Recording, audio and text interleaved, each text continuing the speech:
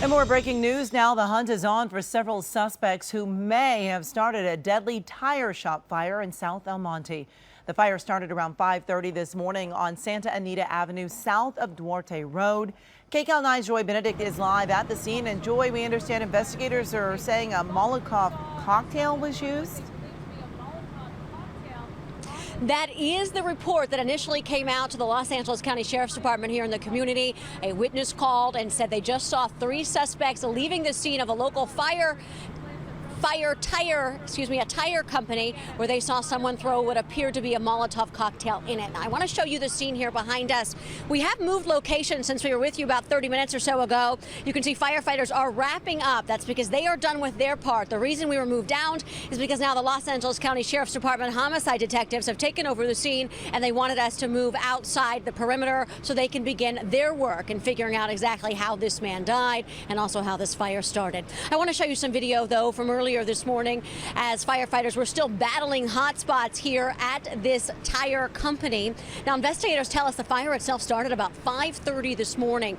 That's when that initial report came out to the Sheriff's Department. When firefighters arrived, they first made entry to what was a building, which is no longer here. When they entered, they found someone there in the building. That person was already dead. It's not clear yet if fire is what caused that death or if that person died from other causes. But because that fire was so hot when they entered, one of the firefighters' masks from his protective gear melted, and he suffered second-degree burns on his face. That tells you just how hot this fire was, so they had to leave the interior and just do an exterior firefight. They say it was a hot one, and it was very difficult to contain.